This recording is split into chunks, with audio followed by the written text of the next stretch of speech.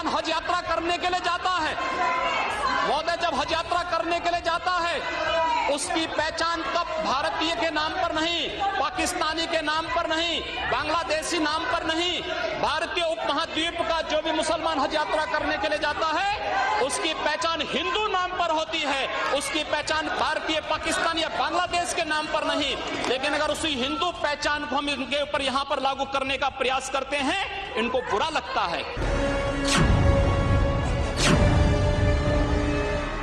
कर्नाटक गया था, पता लगा टीपू सुल्तान के वंशज वहां रिक्शा चला रहे हैं।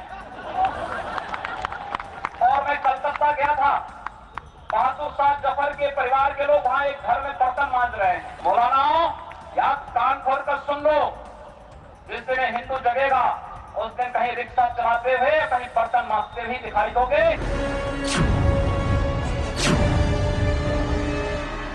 याद रखना, संत शक्ति जागरूक हुई थी 6 दिसंबर 1992 को। बाबरी ढांचा सत्यानाश हो गया था, समाप्त हुआ था, और संत शक्ति जागरूक हुई है तो भारत विरोधी और हिंदू विरोधी उन ढांचों को भी तहस नहस करने में महत्वपूर्ण भूमिका का निर्वहन करेगी। एक नियमावली तय हो जाए, अगर माइक नवरात्र में नहीं बजेगा तो मुहर्रम में भी उसको पूरी तरह प्रतिबंधित करना चाहिए था। शस्त्र अस्त्र के प्रदर्शन पर अगर आपकी दुर्गा पूजा के आयोजनों में प्रतिबंध होना था और प्रतिबंध किया गया तो आखिर मुहर्रम के जुलूस में भी इस प्रकार की उद्दंडता को रोक दिए होते, लेकिन नहीं, एक तरफा कार्रवाई होती गई। आप परंपरागत रूप से भी ले गए होंगे अपनी जुलूस को, तो आपको प्रतिबंधित किया गया, आपको प्रताड़ित किया गया, झूठे मुकदमों में फंसाया गया। लगातार एक पक्षीय कार्रवाई की जाती रही और दूसरी तरफ जो पुलिस का सिपाही आपके पास आया होगा, मूर्ति की साइज नाप रहा होगा, जमीन के कागज मांग रहा होगा, माइक और डीजे के बारे में पूछताछ कर रहा होगा, वह कभी भी मुहर्रम के मामले में रखी गई ताजिया के स्थल को देखने के लिए कभी झांक के भूल से भी नहीं गया होगा। ये भेदभाव क्यों?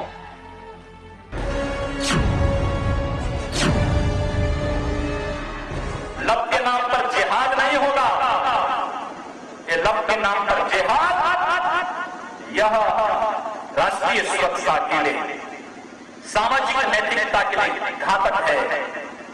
ये धर्मांतरण को बढ़ावा देने वाला है।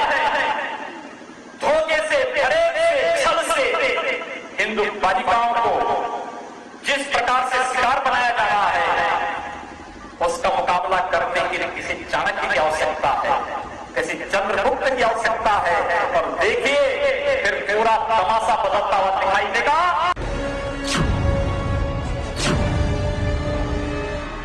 जिन लोगों को मूर्तियों पर प्रदूषण दिखाई देता है, क्या अभी बकरीद के दिन हजारों निरीह पशु काटे गए काशी में, उनका खून सीधे गंगा जी में बहा है, क्या वो प्रदूषण नहीं था?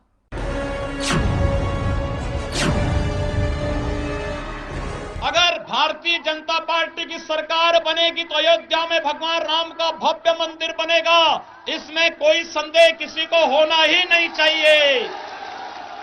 ऐसे ही नहीं होना चाहिए जैसे चुनाव के पहले हम लोगों ने कहा था कि पाकिस्तान अगर टेढ़ी नजरों से देखेगा तो उसकी कमर को तोड़ेंगे, और सर्जिकल स्ट्राइक के माध्यम से जो जबरदस्त मार उस पर पड़ी, आज तक वो सीधे खड़ा होने की हिम्मत नहीं कर पा रहा है।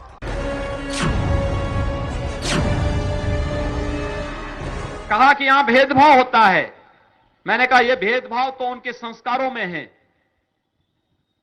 उन्होंने कहा साहब, देवा शरीफ में 24 घंटे बिजली मिलती है, लेकिन महादेवा में, भगवान महादेव का मंदिर है महादेवा में, वहां 4 घंटे भी बिजली नहीं मिलती है।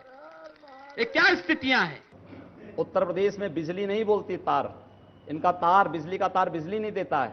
इनका ट्रांसफार्मर जब बोलता है तब पता लगता है कि बिजली है ही नहीं। और क्या ये सच नहीं कि उत्तर प्रदेश में विद्युत वितरण में इन्होंने भेदभाव किया है? आप चले जाइए बाराबंकी में, देवा शरीफ में 24 घंटे बिजली, महादेवा में 4 घंटे भी बिजली नहीं। आप चले जाइए देवीपाटन मंडल में, दरगाह शरीफ में 24 घंटे बिजली, देवीपाटन मंदिर में 4 घंटे भी बिजली नहीं। क्या इन्होंने मोहल्लों में और पर्व और त्योहारों में इस प्रकार का भेदभाव नहीं किया है? आखिर समझाएं कौन?